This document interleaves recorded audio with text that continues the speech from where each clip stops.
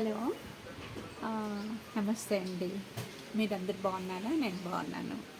ఇవాళ మినపసున్ని చేద్దామని అనుకుంటున్నాను. తెలుగు వాళ్ళకి చాలామందికి తెలుసు, అయినా చిన్నపిల్లలకైతే తెలియదేమో అని ఒక ఉద్దేశంతో మేము మళ్ళీ చేద్దాము. నేను అలా చేస్తాను. మీరు మినపసున్ని ఆల్రెడీ అందరూ ఒకేలా చేస్తారు, అయినా చూపిద్దామని చేస్తున్నాను. వెళ్తాం రండి.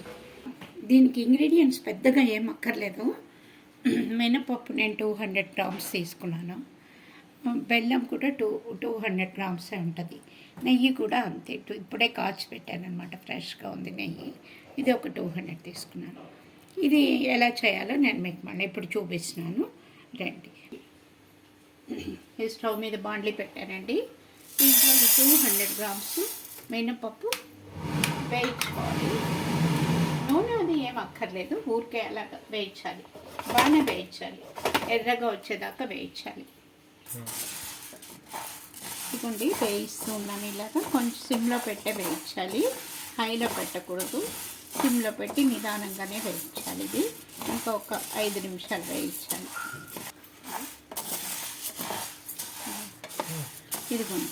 ఇదిగోండి ఇది అయిపోయింది, చూస్తారు కదా. బ్రౌన్ కలర్, బాగా బ్రౌన్ కలర్ వచ్చింది, మంచి వాసన కూడా వస్తుందండి. మినపప్పు వేగితే మంచి వాసన వస్తుంది కదా, అలా వస్తుంది. ఇంకా ఈ వేడికి ఇది సరిపోతుంది. నేను స్టవ్ ఆఫ్ చేస్తున్నాను. ఇది చల్లారినాక మిక్సీలో వేయాలి. నేను మిక్సీలో వేసి మీకు మళ్ళీ చూపిస్తాను. మినపప్పు వేయించాను కదా, అది కొంచెం చల్లారే లోపల ఈ బెల్లం తీసుకున్నాను అన్నాను కదా, 250 గ్రామ్స్. ఇది కూడా కొంచెం పౌడర్ చేసుకోవాలన్నమాట. ఇది ఈ లోపల మిక్సీలో నేను పౌడర్ చేస్తాను. ఈ లోపల మినపప్పు ఆరుతుంది. పౌడర్ అయిపోయింది, బాగా మెత్తగా ఇలాగ చేసేసాను మిక్సీలో వేసి. ఇప్పుడు ఈ మినపప్పు కూడా ఆరిపోయింది. ఇది కూడా మిక్సీ చేసి మీకు చూపిస్తున్నాను వేడిగా. ఇదిగోండి ఇది కూడా అయిపోయిందండి, పౌడర్ అయిపోయింది. ఇది కూడా బాగా నైస్గా అయిపోయింది. విపరీతమైన నైస్ అక్కర్లా, బాగుంది. ఇలా ఉంటే కూడా చాలన్నమాట. అలా అని మరీ రవ్వలాగా కాకూడదు, మీడియంగా చూసుకుని మన కంది పొడి అది చూసుకుని చేసుకుంటాం కదా, అలా అన్నమాట. ఇదిగోండి ఇది నేను మిక్సీ వేసాను కదా, మెంతి పొడి, అది మినపప్పు పొడి వేసేస్తాను ఇందులో. ఈ మిక్సీలో వేసి పెట్టాను అన్నాను కదా, ఇది కూడా ఇందులో వేసేస్తున్నాను. దీనికి ఇంకా ఏమి స్టవ్ మీద అదంతా ఏం పెట్టక్కర్లేదండి. ఇది రెండు ముందు బాగా మిక్స్ అయిపోవాలి. ఏమో అని తీసాను అనమాట. ఇదిగోండి ఇదంతా ఈ బెల్లము ఈ పొడి అంతా కలిసేటట్లు బాగా కలుపుకోవాలి. నెయ్యిని మళ్ళీ నేను కొంచెం వేడి చేస్తాను అనమాట. కొంచెం నెయ్యి వేసుకోండి. నెయ్యి కాలుతుంది, చెయ్యి జాగ్రత్త. ఇది యాక్చువల్గా తెలుగు వాళ్ళంతా బాగా తెలుసు, అందరికీ తెలిసి ఉంటుంది. మినపసున్ని పెళ్ళిళ్ళకి వాటికి ఇది ట్రెడిషనల్. మనకి ఇది లేకపోతే పెళ్ళి జరగదు మనకి. అందుకని పెళ్ళిళ్ళలో తప్పకుండా చేస్తారనమాట. ఇది మీకు తెలిసి ఉంటుంది.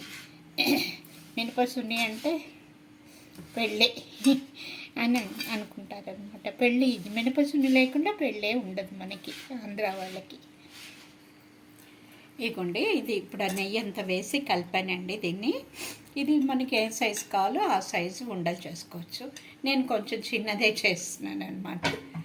ఎందుకంటే కొంతమంది చిన్నది కొంచెం పెట్టండి, ఇదండి అదండి అంటారు. అందుకని కొంచెం చిన్నదే చేస్తున్నాను. మామూలుగా బాగా పెద్దగా చేస్తారు, నేను ఇది చాలే అనేసి ఇది చేస్తాను. ఇది గట్టిగా ఇలా మనం ఉండ చుట్టేసుకోవటమే, ఇంకా వేరే ఏం లేదు. ఇది చాలా ఈజీ అనమాట. మనం ఎవరైనా గెస్ట్లు వచ్చారనుకోండి, యాక్చువల్గా ఈ మినపప్పు వేయించి పొడి చేసి పెట్టేసుకుంటే, కొంచెం నెయ్యిను బెల్లం పౌడర్ చేసి పెట్టేసుకుని ఉంచుకున్నాం అనుకోండి, గెస్ట్లు వచ్చారనుకోండి, నెయ్యి కొంచెం కాచి పోసేసి అప్పటికప్పుడు కూడా చేసి పెట్టేసేయచ్చు వాళ్ళకి స్నాక్స్గా. అది మన ట్రెడిషనల్ వంటలాగా ఉంటుంది. చాలామంది ఇప్పుడు ఎక్కువ నెయ్యి అది తినకూడదు అంటారు, కానీ ఎప్పుడన్నా ఒకసారి తింటే బాగానే ఉంటుందని నేను చేస్తూ ఉంటున్నాను అన్నమాట. ఇదిగోండి చేస్తాను. అదే 250 గ్రామ్స్ అన్నీ కలిపి ఆ బెల్లం కూడా వేసేస్తాను. ఇందాక నేను మీకు చూపించాను లేదు నాకు గుర్తులేదు, వేస్తాను. అది కూడా సరిపోయిందనమాట. ఇలా ఉండలు కట్టాను అనమాట. ఇలా మీరు కూడా ట్రై చేయండి, బాగుంటే కామెంట్స్ పెట్టండి. ఇది యాక్చువల్గా చాలామందికి తెలుసు, మన అమ్మమ్మలు బామ్మలు అందరూ చేసేవాళ్ళు. చాలా ఈజీగా ఉంటుంది, చేసుకోవచ్చు, మంచిది. అయితే ఇప్పుడు నెయ్యి అది ఎక్కువ తినకూడదు అంటున్నారు కాబట్టి కొంచెం అంతే, ఎప్పుడన్నా చేసుకుని తినచ్చు. Okay, thank you.